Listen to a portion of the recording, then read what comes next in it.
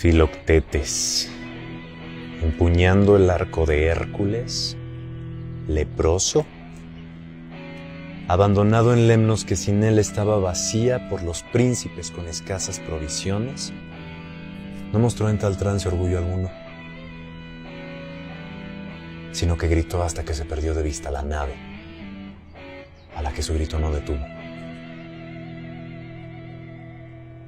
Y se habitó señor del islote, siervo suyo también, encadenado a él por las aguas del mar en derredor, viviendo de hierbas y bestezuelas que cazaba para ir tirando así 10 años. Pero en el 10º año de la infructuosa guerra los príncipes se acordaron del abandono. Como manejaba el arco mortal que hiere de lejos, enviaron naves para que el héroe se cubriera de gloria. Mas entonces sacó a relucir todo su orgullo. Con violencia lo arrastraron a bordo para dar satisfacción a su orgullo.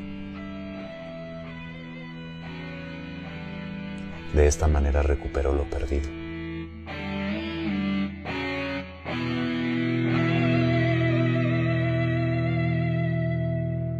En los años 1960 y 1970, cuando las personas conocían a pacientes de lepra, reaccionaban como si hubieran visto a un fantasma. Nadie quería comer en la misma mesa, utilizar los mismos cubiertos o usar el mismo baño que ellos. Siempre una huella está al borde de desaparecer, ¿no? Sobre todo las huellas de los oprimidos, ¿no? O sea, uno puede decir que las huellas de los grandes monumentos históricos o de los monumentos o de las instituciones y monumentos que forman la memoria de un país son huellas más o menos estables, ¿no? Son huellas que se cuelan en los libros de texto, ¿no? Son huellas que se cuelan cuando vamos a la universidad, ¿no? Las huellas de los grandes bienes y objetos culturales que son valorados y que son respetados, ¿no? Hay objetos y cosas que están continuamente recordadas, ¿no? Que forman una tradición continua. Hay un montón de cosas que no. Diría una gran mayoría de cosas forman parte de un recuerdo que es discontinuo, episódico, momentáneo, ¿no? Y que se hace presente de un modo muy fugaz, ¿no? Tan fugaz es la aparición de ese pasado oprimido, menospreciado y vituperado, que Benjamin dice que cuando aparece hay que estar muy atentos, ¿no? Porque pasa tan rápido ante nosotros que puede ser que se nos pase por encima, ¿no? Por eso esta idea de la huella fugaz, la huella efímera, ¿no? O sea que la única manera que tienen los muertos de hacerse presente es a través de una imagen pasajera, ¿no? O sea, cuando digo los muertos, digo los muertos no en el sentido de los muertos como categoría histórica, como categoría social, los vencidos, ¿no? Los aplastados. Entonces ellos siempre aparecen a través de imágenes fugaces. Las huellas de lo que él llama la tradición de los oprimidos siempre es tenue, siempre está amenazada con desaparecer, siempre está en peligro, incluso en peligro de extinción, ¿no? De extinción en el sentido de que hay cosas que se fueron para no volver, nunca más, ¿no? Entonces todo esto delinea pensamiento melancólico, más no derrotista, ¿no? Melancólico en el sentido de que siempre el esfuerzo está en volver al pasado para recuperar esas huellas de los oprimidos y para ponerlas bajo el foco del presente, ¿no? Por eso, digamos, es una mirada, les decía, melancólica, pero no tradicionalista, en el sentido de, digamos, de recuperar una tradición monolítica, homogénea, sino que lo que busca es siempre recuperar estas huellas que están siempre perdiéndose y las busca situar en el presente. ¿Qué quiere decir situar en el presente? Que no es un homenaje monumental, ¿no? Sino que es una recuperación, ¿no? Es hacer que los muertos hablen a través de nuestras voces, ¿no? Que tiene un poco esto también de ventríloco, ¿no? De que uno le presta la voz a aquel que ya no está, con todas las implicaciones que eso tiene, porque como decía Mario, ¿no? Siempre el testigo corre el gran riesgo, ¿no? de de no hacer honor, ¿no?, a la palabra del otro. María Bertilda Cortés Hernández, tengo 73. Alberto de Los Ángeles Alpolo Pereira, tengo 51 años. Yo soy Ana Mercedes María Vázquez Jaramillo, 78. Y yo me llamo José Ángel Alfonso, tengo 83 años. Nahum Bolívar Salcedo Ramírez, 77 años. Mi nombre es Elmira Molina por mi mamá y por mi papá. Yo soy de Cuenca. Uy, yo ya soy viejita. Yo ya soy viejita. No, si eso algo voy a decir, tengo 37 años. Nombre y apellido es Ciro Inocencio Murillo García, alias Cartucho Mano Negra. Yo tengo 48, voy a tener los 49 ya. Yo me llamo María Magdalena Estrada Cartagena. Yo tengo 66 años. José Abelardo Villaga Cuesta. La edad son 77 años. Mariana Procel. Yo tengo 79 años cumplidos, soy de la provincia del Oro, en Zaruma. Juan Efrén Zurita Ayalas. Yo tengo el 4 de enero voy a ajustar los 84 años. Yo me llamo Miguel Julián V. Moreno. Yo tengo 68 años. Tengo en mí. Siempre voy llevando todo de lo que pasa. En su memoria. Sí, porque la mente empieza ahora más todavía que no me acabo de sanar. Sí. Entonces es muy importante la memoria, ¿no? Sí, claro, ¿no? Es la base principal. Lo que ahí verá, lo que mejor hacíamos eran los 15 de agosto cada año. Es el aniversario de nosotros, entonces hacíamos unas lindas fiestas. Esta casita que está ahí botadita tiene, ¿cómo se llama? El proscenio. Y verá, faltaban unos 2 meses y ya se podía ver a nosotros ensayando nuestros números, sainetes, lo que fuera. Cantábamos, bailábamos y ahí, ya cuando iba a ser el 15 de agosto, que iba a ser, nos pasaban a proscenio para que pasáramos y nos dijeran cómo íbamos a salir, cómo nos íbamos a presentar, pero veníamos bien cuidados de los empleados, del sacerdote de este hospital, de la madre superiora de este hospital. No nos dejaban alcanzar a ver, teníamos que andar con la vista baja. Y así entonces repasábamos, igual porque los hombres repasaban aquí, nosotros repasábamos allá. Estaríamos por acá, este sería el albergue Boyacá, Boyacá, sí. Y por aquí ahí al frente está al frente el hospital, estaría el hospital Herrera Restrepo. Y por acá por un caminito está aquí atrás el hospital Ospina Pérez Cruz, un segundo albergue, un albergue 2. Y por aquí en otro lado está el albergue de las mujeres. Aquí sencillamente es una zona que en algún momento tenía un control muy fuerte con el famoso cerco sanitario. Llegó a tener realmente alambres. Alambrados y guardias y toda esa cosa. Bueno, si vamos por acá en un caminito, en estos sitios de entrada de caminos siempre había un retén, un sitio de control. Entonces veíamos llegando, entonces por aquí hay otra vía que sale, también este sitio de control. Donde se unieran las vías estaba un cerco, es una cosa más o menos así. Entonces siempre con un sitio de control. Habían buscado el hueco más sólido, el más terrible para hacer un cementerio, habían hecho las casas justamente para el enfermo de lepra. Aquí no se veía una sola persona, una sola, porque no había una sola casa alrededor, ni una, nunca. No se veía por años una casa. Estábamos aquí encerrados, eran unos murales altísimos. Y también había un cementerio. Sí, acá atrás, un cementerio donde que había unas tumbas.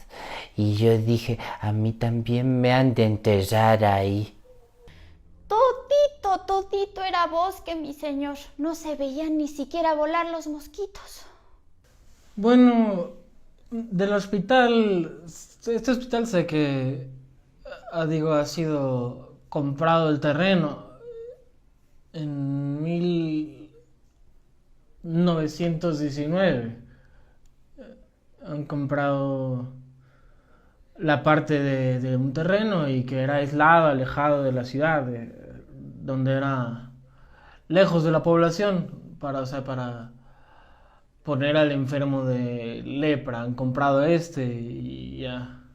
La unidad básica de un albergue es una capilla, una zona social, un comedor y unos galpones, que eran unas barracas grandes, donde cada paciente tiene su cama y sus cositas. Aquí era todo cerrado, ahí tenía bastante recelo todo. Antes era como malla aquí en la ventana. Cuando venía el familiar a verle a uno era así como una ventana de malla y una ventanita así chiquita por un caso algún familiar le traía alguna cosita a regalar. Había unos tanques grandes y había esa, ¿cómo se llama? Algo de un polvo que ponían ahí. Ese polvo era como cementina, así. Metían los pies ahí, los zapatos, y ahí se sacudía y con eso andaban. Sí, de cal, para no contaminarse. La comida la recibíamos por una reja. Ahí recibíamos la comida, que era con malla, todo eso. Era con malla, solamente una cara no lo veíamos, solo que nos pasaban el plato así y ya. Dentro de ese contexto de tratarlos como no ciudadanos, son más bien no reconocidos como ciudadanos colombianos. Son como cosas. Es una cosa, porque incluso es una cosa infectada, sí. Aquí se lloraban lágrimas de sangre, señor, porque no se soportaba la soledad y el abandono, la humillación. Porque algunos le tenían abandonados. Los empleados no se nos podían acercar a nosotros, de miedo al contagio. Los mismos doctores eran para curar las heridas. Ni curaban bien, pues. Los mismos pacientes curábamos. A partir de una enfermedad se desarrolla una política de exclusión, de aislamiento, que se despliega todo este aparato de la biopolítica para controlar los cuerpos de las personas, y eso es lo que explica que salga todo esto. La biopolítica es la administración de las poblaciones. La biopolítica es un tipo de práctica de gobierno que se propone administrar a las poblaciones con distintas finalidades, con distintas intenciones, ¿no? Puede ser desde, como decíamos, ampliar el margen de vida de una población, aplicar mecanismos de higiene, transformar las urbes para, digamos, fomentar menos contagios entre enfermedades pandémicas también, ¿no? Todo esto forma parte, digamos, como del ciclo de discusiones biopolíticas. Y Foucault define la biopolítica de la siguiente forma. Es el poder de hacer vivir y dejar morir. Distintos modelos de biopolítica se pueden pensar, y esto es interesante con respecto de distintos tipos de racionalidad por las cuales Los gobiernos en Europa gestionaron el espacio con relación a enfermedades que se volvieron epidémicas. Una de esas es, por supuesto, la lepra, otra es la peste y otra es la viruela, ¿no? En ese sentido, un poco lo que Foucault sugiere es que cada una de estas maneras de contención de la enfermedad, ¿no?, también nos permite dar cuenta de distintos tipos de dispositivos de poder, ¿no? Por ejemplo, sobre todo en el caso de la lepra y en el caso de la peste, como la técnica ha sido sobre todo la reclusión, el gran encierro, ¿no? Lo que Foucault sugiere es que esas dos enfermedades están profundamente relacionadas con la conformación de los dispositivos disciplinarios del poder político. Es decir, con la manera en que se organiza un espacio para cada cuerpo, se jerarquiza el espacio en función de la gravedad del foco pandémico, etcétera, ¿no? Eso sí era, pues como le digo, un poco restringido, ¿no? No había mucha libertad, no había nada de eso. Estábamos, digamos, como en un campo de concentración, no teníamos mucha libertad. Una vez, un huelgo de reclamo a la Policía Nacional, se rompían los cercos que estaban vigilados por la Policía Nacional, y esto se hacía a altas horas de la noche, ¿no?, para escapar de la vigilancia de la policía. El trato, bueno, ¿para qué renegar eso? El trato sí era bueno. El trato, eso sí, tanto el personal del hospital, la comunidad, el grupo de enfermería, los empleados, todos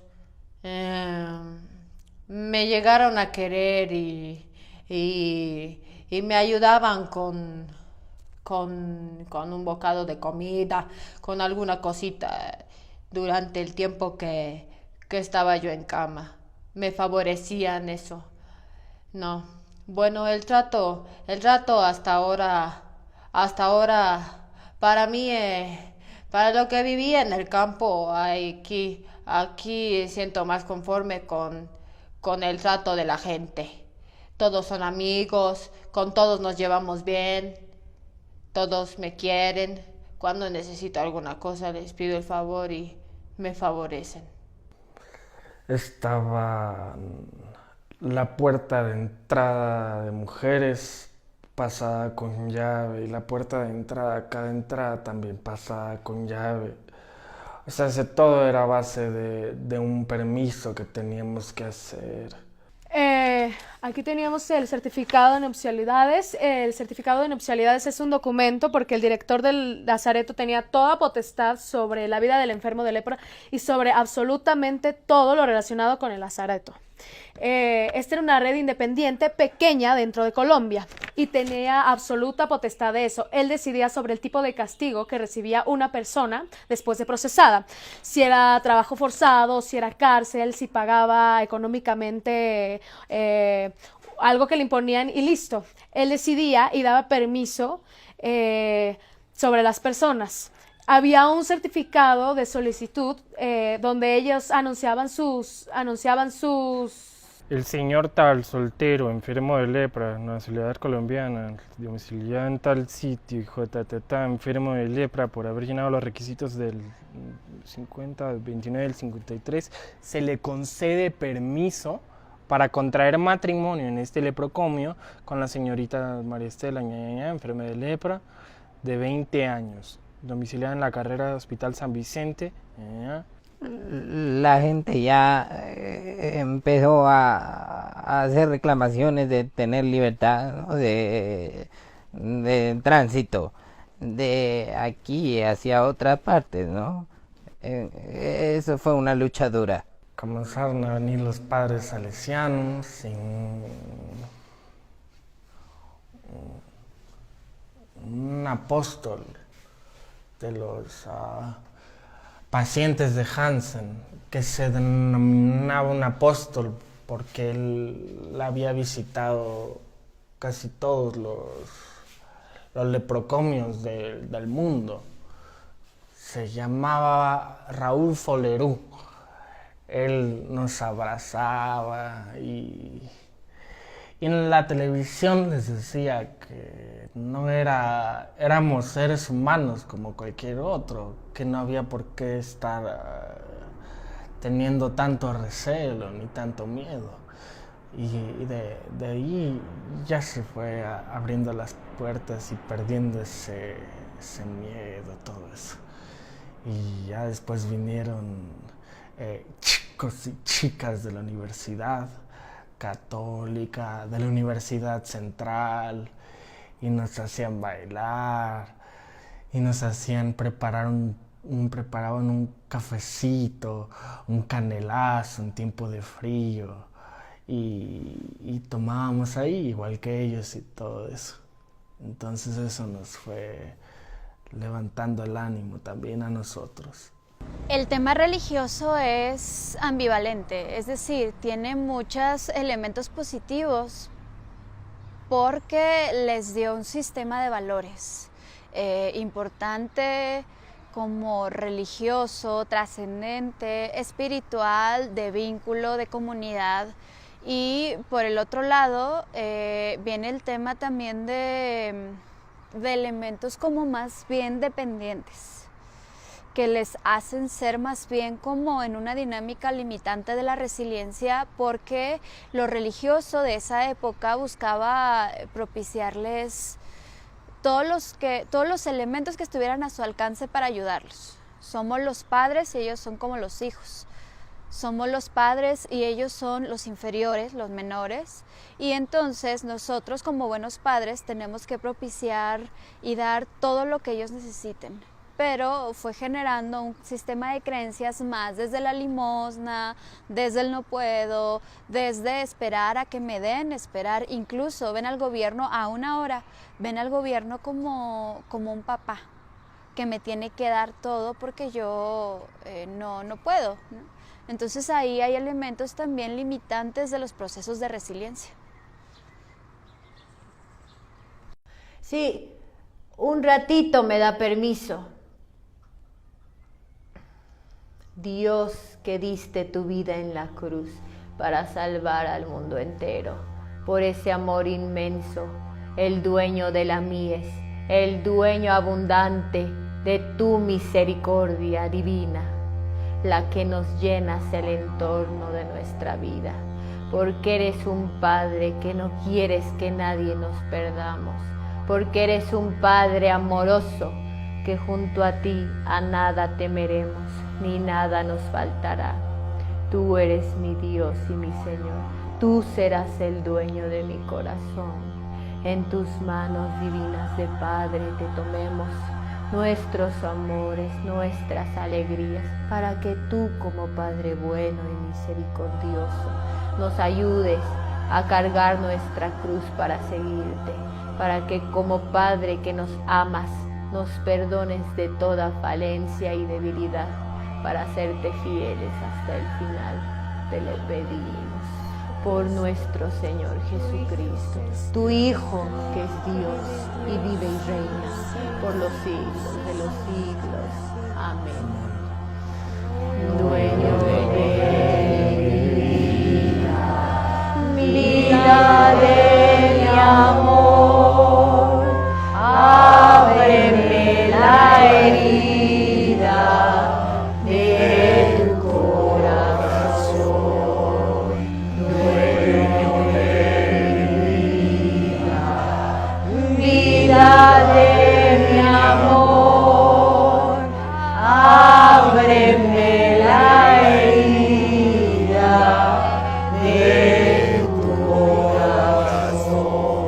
Señor, yo no soy digna de que entres en mi casa, pero una palabra tuya bastará para sanarme. Señor, yo no soy digna de que entres en mi casa, pero una palabra tuya bastará para sanarme. Señor, yo no soy digna de que entres en mi casa, pero una palabra tuya bastará para sanarme. Amén. El cuerpo de Cristo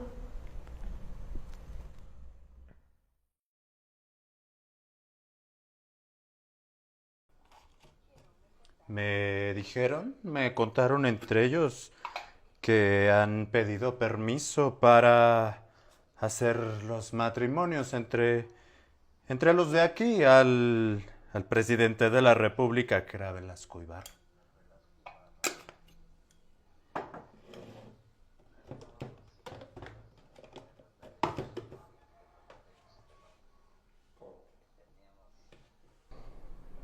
El doctor Velasco Ibarra dijo que no estábamos impedidos de los derechos humanos, de los derechos del hombre, que teníamos derecho a formar una familia, a tener un hogar, a tener hijos. Las mujeres estaban por su lado y los hombres estaban por otro lado y era difícil el contacto. Muchas veces hacían sus formas de... ¿Cómo le puedo explicar? Bueno, ya la gente sabe cómo es cuando una persona se siente atraída por la otra, y dice que inclusive se escalaban por los muros. Dicen que se colgaban en clavos. Dicen que se subían y se pasaban donde las mujercitas, dice, así han sido bandidos, para que se dé cuenta. Creo que mandaban cartitas en la ropa a lavar.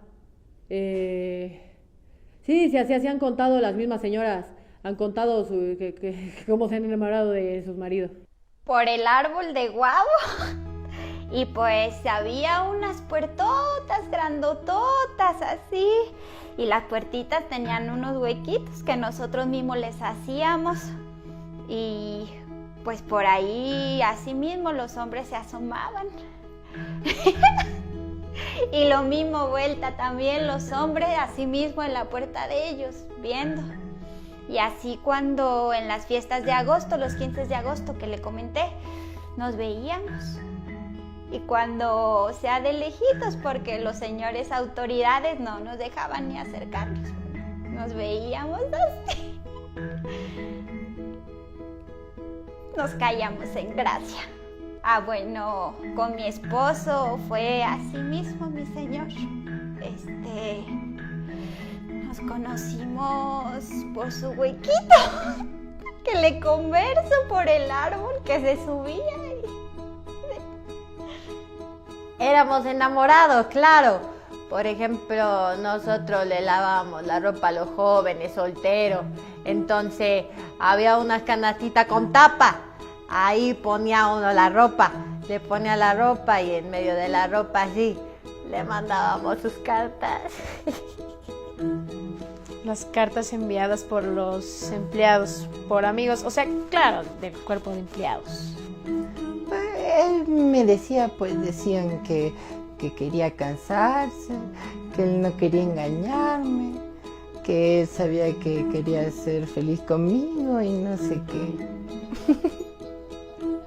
Me llamó la atención que había un admirador sabiendo mi problema de salud. Entonces yo dije, no, pues ahí está mi pareja, ¿no? Fue algo emocionante porque uno se pensó, pues que bueno, ya soy enferma y ya me acabé aquí. Aquí en este hospital ya muchas veces los enfermos nos sentíamos como familia todos, porque antes había mucho compañerismo, nos sabíamos comprender. Yo no digo, de repente había un pequeño disgusto, pero eso pasaba porque había el perdón, y cuando se moría la gente todos los acompañábamos, muchos llorábamos de ver que se iba fulano de tal, y cuando se iban también a su casa, a su casita, a sus tierras, también nos quedábamos llorando, tristes, porque ya nos hacíamos como una familia. Nos llevábamos todos. ¡Ah, claro! Sí, aquí había relación de amistad con todos, ¿verdad? Y pues tampoco, también ha habido riña entre nosotros. Esta casa es igualito a un padre que tiene unos 8 o 10 hijos. Los mismos hermanos pelean y están comiendo en el mismo plato, en la misma mesa. Sí, ¿me comprende? La ruina es esta cosa que siempre estuvo ahí, ¿no? El inicio de la modernidad es el inicio de la conciencia de la ruina y el descubrimiento de la ruina como lo más auténtico, ¿no? Lo que hace es ir al pasado, no para descubrir las bellas formas, sino para descubrir las ruinas. Entonces, ¿qué recibe el sujeto? Un mundo en ruinas.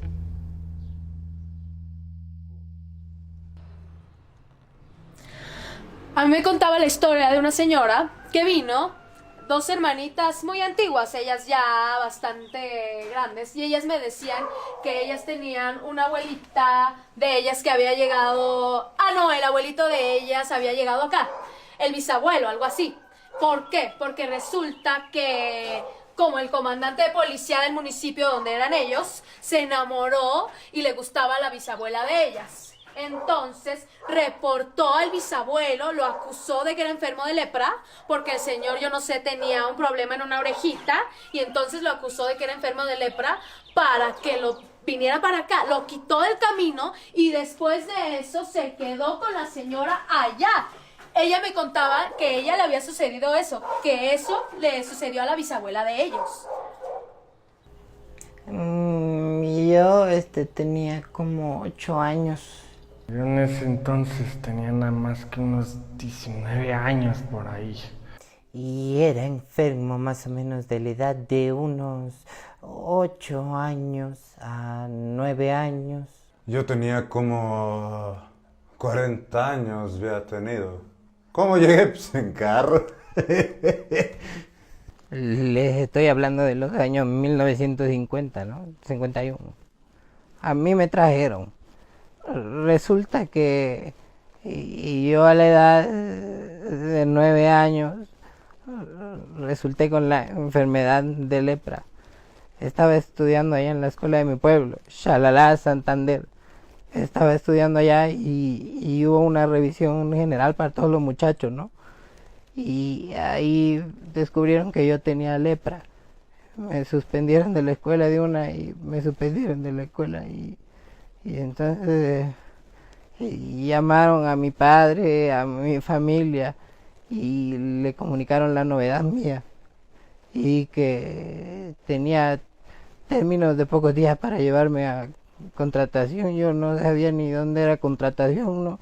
Yo no sabía qué era lo que me estaba sucediendo a mí, yo no sabía nada. Era un niño en 9 años. De chiquitico, guauito, ya se había hecho las llagas de aquí. Aquí tengo las llagas, pero sanitas. Y entonces un doctor de Guarandas, el doctor Galarza, dijo: vea, el niño tiene lepra, Lázaro. En esos tiempos no había, era Lázaro. Pero la enfermedad era duro en ese momento oír esa palabra. Para mí era bastante duro, pero de todas maneras, el día lunes llegó un familiar a ver que estuvo estudiando para doctor, cogió la carpeta y me dice historia clínica y vio y me dice esto es... Entonces hubo como un cambio total. Más antes tenía visitas en el hospital, el mismo Pablo Arturo que me ha hecho tratar ahí, tenía visitas de mis amigos, compañeros, familiares, pero después ya desde esa época que ya en la historia que estuvo ahí se alejaron y ya no he tenido esa acogida de familiares. Algunos viendo que estoy con las canillas heridas, las manos heridas, la cara hinchada, todo eso, me decían, está con Lázaro. Allá toditos tenían el nombre de Lázaro.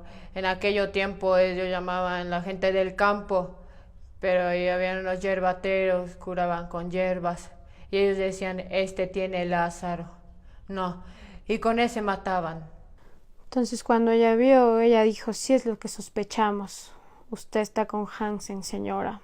Entonces en ese tiempo yo decía, ¿qué es Hansen, doctora? Me dicen pocas palabras, es la lepra, ¿qué dicen? Claro que como yo soy curiosa, yo ya había leído el resultado. Y ya me asomé y es como ya más o menos entendía esas cosas. pero yo estaba en una cosa que no quería aceptarlo.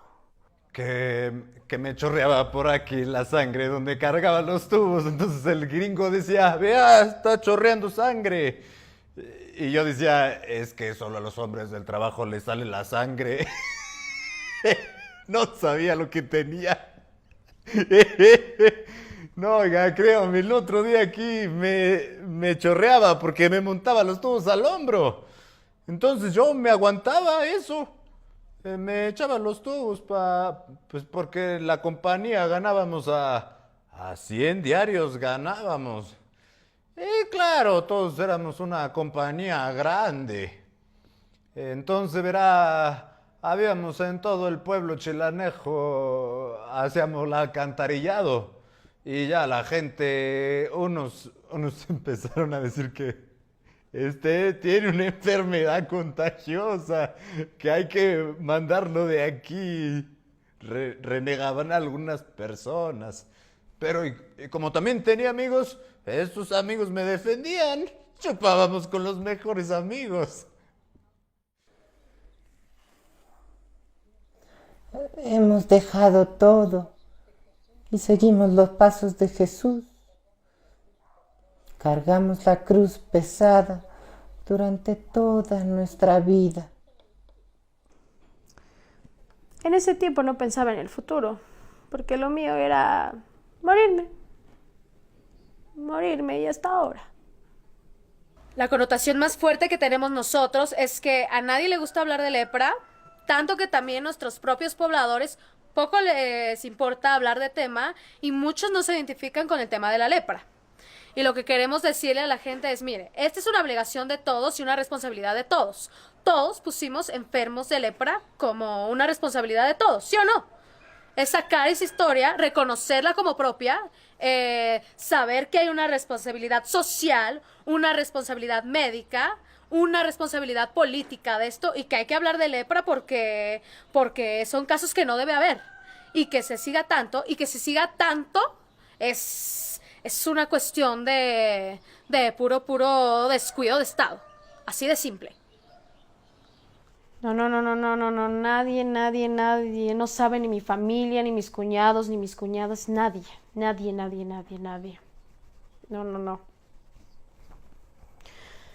Es por el miedo del rechazo. O sea, ya fue un camino vial que uno se le mete, un trauma y se dice, no. Nadie tiene que saber, es el secreto más grande del mundo y nadie sabe. Es un secreto. Porque mis padres nos decían a nosotros de niños, no comprarán en esa tienda, comprarán donde mi hermano, porque en esa tienda dicen que tienen lepra. No sé de dónde les asomó a ellos, yo no sé, pero a nosotros nos decían eso, nos decían, tal alumno dice que tiene lepra, cuidado y se lleven con él. La ignorancia. Entonces nosotros nos criamos con ese trauma, qué miedo a la lepra, qué miedo, qué terror. Y lo cual pues no ha sido así. ¿Para qué voy a decir? Me trataron mal, como dicen otros que se refieren a que no vinieron a visitar, a que no hubo la familia. Yo no puedo decir eso. Eso sería deshonrar a mi familia y a mis hijos. Yo tenía muchos hermanos pequeños todavía que ya se puede decir hasta tenía un poco de cuidado para no va a pasar lo mismo con la familia pequeña. Tal vez hasta, ya digo, por el cuidado. O sea, tenía que separar mi plato para que coma, una taza, ya no podía estar con la misma familia, con toda la familia. Entonces eso sí choca, pero pues, o sea, yo digo, eso es comprensible, ¿verdad? No es, o sea, pasar la enfermedad a un compañero. No, mi familia hasta ahora no acepta. No, ellos hasta ahora no aceptan porque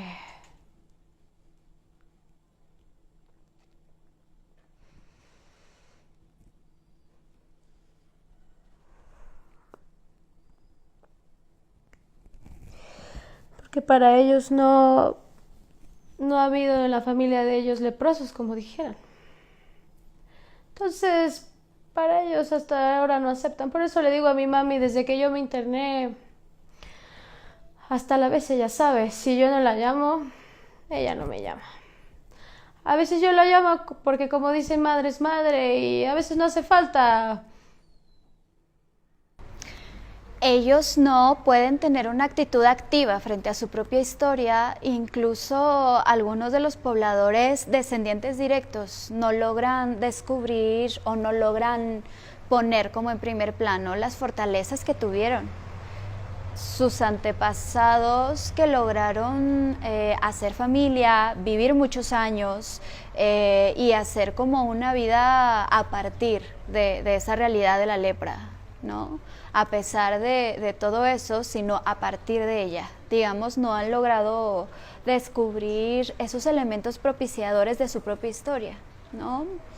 Les pesa mucho el tema de mi abuelo vivió la lepra y fue excluido por tener la enfermedad, y no tanto mi abuelo, aunque vivió la lepra, logró hacer una familia, y por eso yo soy descendiente de eso, ¿no? Entonces ahí hay un elemento que no es propiciador. Sí hay algunos que lo logran como un elemento propiciador, el descubrir, por ejemplo, el recordar que sus abuelos tuvieron una banda musical, ¿no? Que la abuela fue reina de cierto poblado, que pudieron estudiar, etcétera, etcétera. Entonces esos son elementos propiciadores porque da una identidad cultural y una valoración de su propia historia. Cuando empezaron a capturar todos los enfermos para traerlos acá, en la parte local de sus sitios de origen, sucedía que las personas decían, bueno, a ese núcleo familiar sacaron a esos y se los llevaron para la Saleto, pero los otros debieron también haber quedado contagiados. Entonces, ¿qué hacía la gente? Llegaba a la medianoche y quemaba sus casas con ellos dentro. O sea, en la sociedad, en el pueblo, oyen la lepra y se espantan, pero no conocen, o sea, porque creen que es de otra forma, pero la lepra incluso es bíblica, en la Biblia dice que hay que alejarlos, separarlos de la sociedad como comunidad donde vivían. Yo vine traído por gente de la sanidad de San Miguel. Y me avisa don Carlos Cárdenas que era de la sanidad y que andaba él viendo también como la campaña donde tenían Hansen. Entonces dijo él, don Carlitos dijo, le voy a llevar a Quito, de ahí no ha de salir, ahí pórtese bien que haya de morir, dijo. A mí me daba mucha tristeza saber que allá era ya donde me iba a quedar solo, sin familia, sin nada. Y nos recibió un señor chiriboga, un señor gordo, déspota. Nos hizo pasar a sentarnos y acomodó una banca y que le dijo a mi ñaño, jovencito, siéntese. La señorita no puede sentarse porque está enferma. Y mi ñaño se sentó, yo me quedé de pie. Y se fue el señor. Al ratito llega otro señor, apellido Castillo. Y dice, usted, jovencita, ¿de dónde viene? Y ya mi ñaño contestó, de la provincia del Oro, de Zaruma. Y la señorita, ¿por qué no se sienta? Es que el señor que nos recibió dijo que no se podía sentar, que porque era enferma. ¡Ah, caramba! Dijo, no. Acomodó la silla y me hizo sentar. Y yo llegué con mi papá, en mi casita, hemos trabajado mucho terrenos, hemos tenido cositas de comer, todo, ¿no? Caña, hemos tenido chirimoyas, papayas, bueno, papayas pocas veces, he sufrido, ¿cómo decir que no? Y yo vivía en Gualaceo, ese cantón Gualaceo, y era mi tierra. había un zoom ahí, era ir a través de la playa que teníamos del lado del río. Ahí de la playa traíamos chirimoyas, comíamos alfalfa, caña y tanta cosa. Pero era bonita nuestra vida, ¿no? Ay, yo sufría y lloraba porque yo extrañaba vivir con mi familia, ya de vivir solita. Y ay, sufría bastante, lloraba. Y decía, ¿cuándo me curaré para volver a ir a mi casa? Pero ya no fue así, ya después ya no volví. Antes era muy temible la enfermedad. Yo lo digo por experiencia, porque cuando a mí me mandaron al hospital, desde luego yo con mi querer pedí que me manden aquí. Sin embargo, cuando vine, pues tenía un poco de recelo, ¿no? Casi arrepentimiento de haber pedido que me manden, pero mis compañeras tampoco querían venir, entonces es por eso que a mí me han dejado tantos años aquí. 44. No, 42 años. Bueno,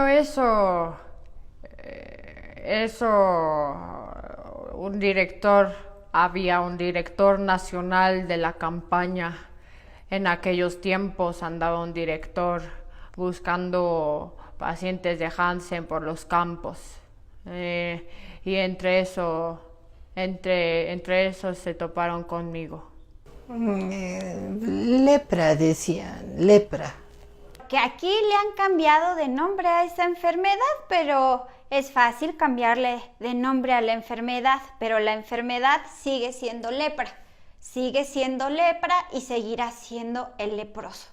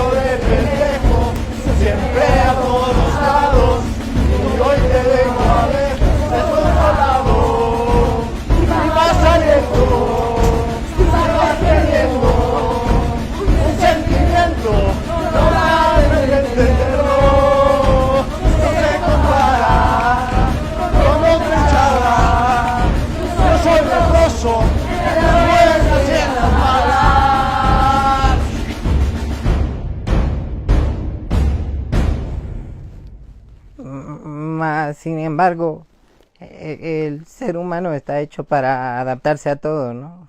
Donde quiera que lleguen, ¿no? O sea, creo que ahí también es otra capa donde se podría, ¿no?, ver esa riqueza o esa cosa que a pesar de o a través de las condiciones de la lepra y del encierro o de la política, esa comunidad logró hacer mucho más que no quedarse como víctimas de enfermos, sino logró hacer muchas otras cosas por encima de su condición o por encima de esas circunstancias. A las mujeres. Las mujeres eran las que más pagaban o sea, sí. Aquí todos los niños se le acostumbraba a quitársele a las papás o a las mamás. Entonces, cuando un niño nacía, eran entregados a la sala cuna. La sala cuna era un sitio donde tenemos a los bebés de 0 a 6 añitos. Después de los 6 años, apenas los 6 años, salían a los asilos de niños o asilos de niñas. En ese proceso de estar en la sala cuna, era lo que acontecía, algo que nosotros tenemos clasificados como la desaparición forzada. La desaparición forzada se da en qué situación? En que los padres y las hermanas legalizaban a los niños como niños sin padres y los daban en adopción a europeos.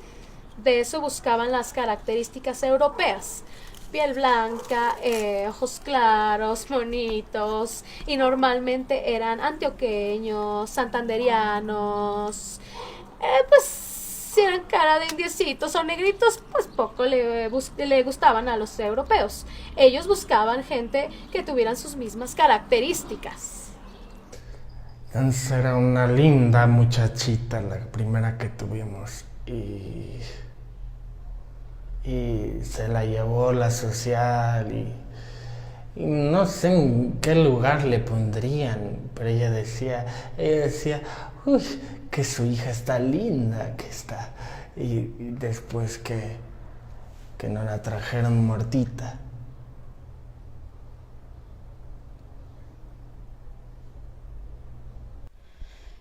Entonces mis hijitos iban naciendo y por allí mismo se los llevaban afuera y ya después los llevaban a la quinta de San Vicente. Y allí, como eran las monjitas muy recelosas, lo mismo las señoras empleadas, no los cuidaban bien porque eran hijos de enfermo. Entonces iban muriendo uno, y ya cuando estaban encerrados llamaban allá arriba a las oficinas que manden a recoger el cadáver porque había muerto el niño fulano de tal. Y eso pasó conmigo y con otros hogares también, y a mí se me murieron 3 que me entregaron ya los cadáveres. Dijo el doctor, está enfermo del corazón, hijita, por su medicación que ha tenido, dice, ¿le ha afectado? Yo lo dijo que le ha afectado al niño, del que yo estaba embarazada. Dijo, el doctor, ya, y yo ya no hacía nada. Y vamos a ver, ¿cómo le podemos ver que darle la vida a un niño? Nada, dice, no se puede hacer nada, hijito, y que Dios se lo lleve, nada más. Fue toda la receta que nos dieron. El momento más lindo, hubieron muchos momentos que en la tristeza que nosotros teníamos por los que nos quitaron a nuestros hijos, estábamos juntos. Él me consolaba con palabras bonitas y yo también asimismo lo consolaba a él, sacando las palabras de amor de donde no las tenía. Esos son los recuerdos más bonitos, esos. Ya después permitieron, porque antes no era permitido que tengamos niños, ¿no? Uy, era un delito. Cuando yo los dejé encargados y ellos vinieron, donde mí vinieron unas criaturas que yo los desconocí totalmente cuando las trajeron. El mayor tiene 23, tiene 23 y el otro tiene 19, 23, 20, 18 y 17. Y lamentablemente los niños se habían sabido criar afuera, porque en ese entonces las señoras daban a luz y al niñito se lo llevaban. Unos donde su familia, su abuela, sus tíos, otros a las guarderías. Durante mediante un sueño le soñamos a ella, tanto yo como mi mujer. Creo que fue de la misma manera en que ella como yo. Él vino y nos tocó la cabeza y me dijo, papi, ya no llores más, me dijo, ya no llores más. Yo estoy bien, me dijo, yo estoy bien. Estoy con Diosito, me dijo. Y le digo, pero ¿cómo es eso en el sueño? ¿Cómo es eso? Le digo, dame algo, alguna seña de que tú estás bien. Y me dice, sí, me dice, ¿cómo le muestro? Y en el azul del cielo estaba una ventanita Y ahí me llevó y me dijo, vea esta ventanita, por esta ventanita, vea para allá, me dice. Y está entonces ahí era algo hermoso, algo que no se puede explicar. Era un ambiente, una luz preciosísima, una luz hermosísima.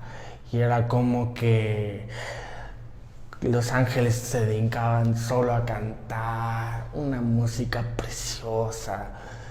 Y entonces ahí quedamos que desde ahí no llores más, me dijo. A veces es muy bueno darle unos meses, pero después ya no.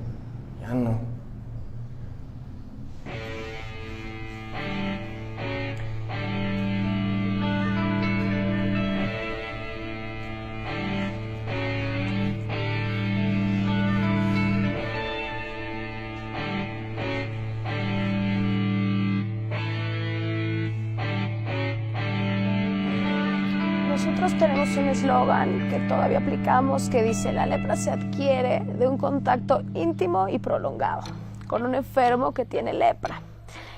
Lo que pasa es que la lepra es una enfermedad muy interesante que tiene dos polos, como una lepra benigna y otra lepra maligna. La lepra benigna es porque aunque dé lepra y el paciente pueda quedar mutilado o con secuelas neurológicas, se cura sola. Y la otra lepra, que es progresiva, que tiene bacilos, se transmite. Entonces tienen una lepra que se transmite, y si vives en contacto, la manera del contacto íntimo prolongado es la familia.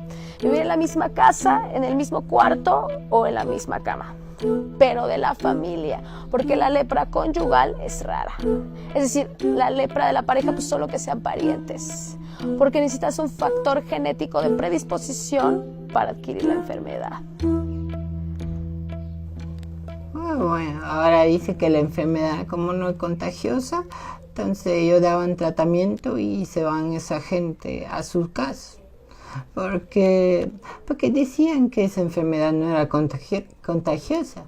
Ya no había sido nada, porque el doctor Gonzalito dice que todos los niños habían tenido Lázaro. Y ahora ¿qué vamos a hacer? Nacen sanitos y ahora hay que estudiar hasta ver el fin. Entonces él se fue a Brasil, que estaba como 13 años con la mujer y sus hijos. Y ahí, entonces cuando vino me dijo a mí, ¿y qué fue, doctor Gonzalito? Le digo yo. Dicen, si todos hemos tenido esta enfermedad. Y me dice, los hijos, tú eres mamá. Todos hemos tenido, hasta yo tengo, dice. ¿Qué te voy a estar diciendo que no tengo? Yo también tengo, dice. Todo el mundo hemos tenido. Bueno, sí, por algo lo hacían, pero las niñas sanitas, mi hija salió sanita, se casó, y hasta ahorita no tiene nada. Tiene sus hijos, ya tiene sus nietos, viven en su casita, y viven muy bien. ¿Qué se va a decir? Lo que pasa es que la lepra es una enfermedad crónica que puedes vivir con la enfermedad sin darte cuenta. A veces piensan que tienes otra cosa y dicen, pues así es. Es interesante que para el contagio necesites esta convivencia íntima prolongada, que el desarrollo sea también muy prolongado y que te cures así. Claro. Y te curas así de la reacción. La lepra necesitas 2 años. Pero te quedas con las marcas. Con las secuelas, sí, claro. Me corrigieron la otra vez en Colombia. Estaba hablando de los enfermos de lepra y no están enfermos de lepra. Tienen la secuela. Estuvieron enfermos de lepra y ahora tienen la secuela de la enfermedad. Sí, el maestro Latapil luchaba mucho contra el estigma porque la gente dice, es un leproso. Pero él luchaba para que no eligieran leprosos, sino enfermos de lepra. Enfermos de lepra. Y Hansen no se hizo aquí, ¿verdad? No, en Brasil. Hansen fue el que descubrió el bacilo en Noruega. Descubrió el bacilo de la lepra y por eso le ponen enfermedad de Hansen o bacilo de Hansen. ¿Fue en el siglo XIX? Sí, más o menos en 1873, 72 más o menos. Que esto es bien interesante, ¿no? Porque la lepra es mucho menos contagiosa que la gripe común, ¿no? Todavía no decimos tan claro el nombre de la enfermedad por los demás, pero yo a los enfermos de lepra sí les digo que tienen lepra, porque no es bueno que les mientas para que no se atiendan, porque si no pueden dejar de atenderse pensando que no tienen algo importante, pero no es bueno decirle al resto de la familia ni a los conocidos, porque es muy difícil que lo acepten. Se iban, pero vuelta regresaban porque tenían que estar allá en el hospital. Y apoyo de acuerdo a la ministra de Salud, Carolina Chan, lo que dijo que ya los pacientes no deben permanecer allí, estamos en el siglo XXI. ¿Qué culpa tenemos que estemos en el siglo XXI? Pues las dos cosas fueron violentas, tanto abrirlos como cerrarlos, porque cuando los abrieron era el concepto de la enfermedad, era que era una enfermedad contagiosa y que mejor quitarlos de sus hogares y mantenerlos. No había tratamiento de la lepra, no había tratamiento efectivo, entonces se justificaba el leprosario como si tienes lepra, como si tienes tuberculosis, te meto en el hospital de al lado para que no contagies a los demás. Era lo que estaba pasando con los coronavirus, ¿no? Te aíslan, pero claro, ahí nada más te aíslan 7 días o 14 y ya. Pero aquí te tenían que aislar de por vida porque no había tratamiento. Entonces estaban aislados, perdían a la familia, por eso hacían familia, ahí conocían a otros enfermos y ahí se casaban o se juntaban, lo que sea. Tenían hijos, etcétera. Pero, cuando dijeron, pues ya hay tratamiento, ya se cura la lepra, pues hay que reintegrarlos a los pacientes, pero eso también fue violento, porque ya la familia ya no aceptaba a una familia, a una persona que se fue 30 años y cómo regresas. ¿Qué familiar le va a recibir a una persona que está tantos años fuera de su tierra, fuera de su casita, fuera de la sociedad en una parte?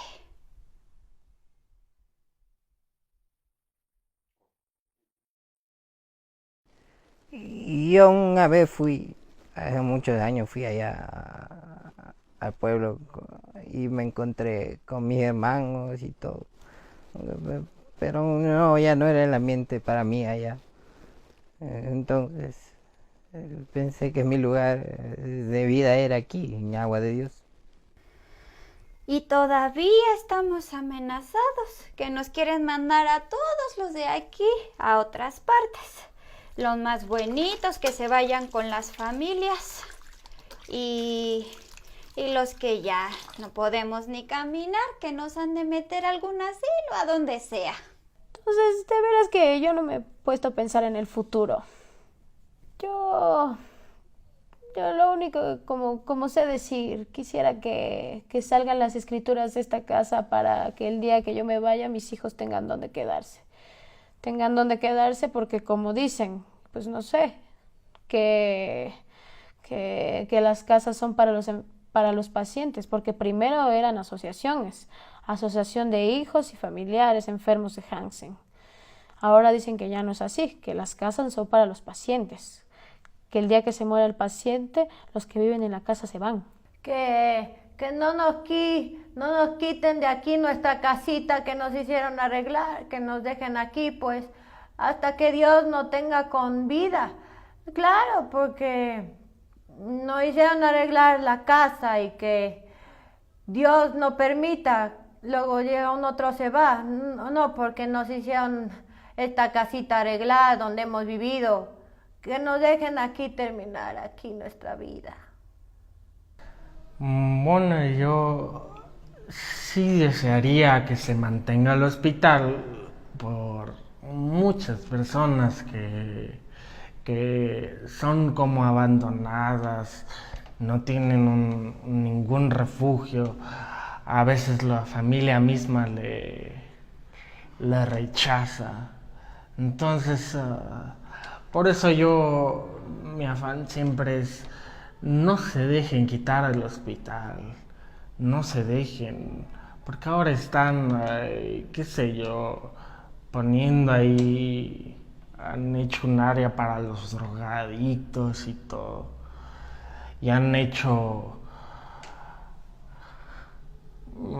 O sea, poco a poco les van quitando, desplazando un poco. Yo ver ahora lo que aspiro, sinceramente, lo que yo deseo y aspiro es que nos dejaran en paz ya todos los pacientes que vivimos aquí. Ya que a todos nos dejen tranquilos, vivir nuestros últimos días en paz. Benjamin dice que la verdadera revolución en nuestros días es jalar la palanca, jalar el freno de emergencia, jalar el freno de emergencia de la historia. No continuar con la historia, sino detener la historia. La suspensión mesiánica del tiempo es, en ese sentido, la verdadera excepción, ¿no? Porque la regla de nuestra historia capitalista ha sido la explotación, la destrucción de la tierra, el despojo, etcétera, etcétera. La verdadera excepción es, digamos, que todos podamos disfrutar de los bienes de uso, ¿no? Eso es de alguna manera lo que está diciendo Benjamin. La verdadera excepción es la justicia, el tiempo de la redención, de la realización, del disfrute humano. Esta es la excepción real,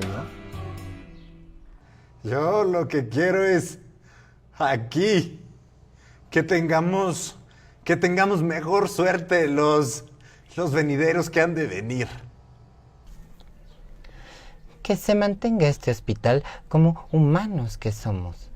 Que se mantenga para el enfermo de lepra, que estamos ya a lo mejor unos meses, a lo mejor unos años más, que vamos a estar en este hospital, porque ahora ya no van a correr, ya no hay lugar para el enfermo de lepra, que mueran allá en sus fincas lejos por falta de amor al enfermo. Y luego yo lo que pediría es que por lo menos siquiera esto es que dejen, que hay personas que viven aquí 70 y pico de años, que estén con una amabilidad, que tengan más amor, más cariño al enfermo de lepra, porque nosotros no somos como muchos dicen, Jesús, un doctor, un médico, un artista, un cantante, que ellos son estos, son futbolistas. Nosotros que hemos sufrido, creo que nosotros merecemos más que ellos. Y entonces que va uno dándose cuenta cómo la vida finalmente siempre sigue y siempre se reinventa. Siempre hay unos ejercicios de poder sobre el cuerpo que se hacen, pero hay unas maneras de transgredirlo, de confrontarlo de diversas maneras. O sea, no hay una única manera de vivirlo. Estas maneras de confinamiento. Y de eso dan cuenta las historias de Lazareto. Ahora, más o menos yo soy igual que las aves del cielo. Las aves no trabajan, no guardan en graneros, nada. Pero ellas viven y yo también soy igual.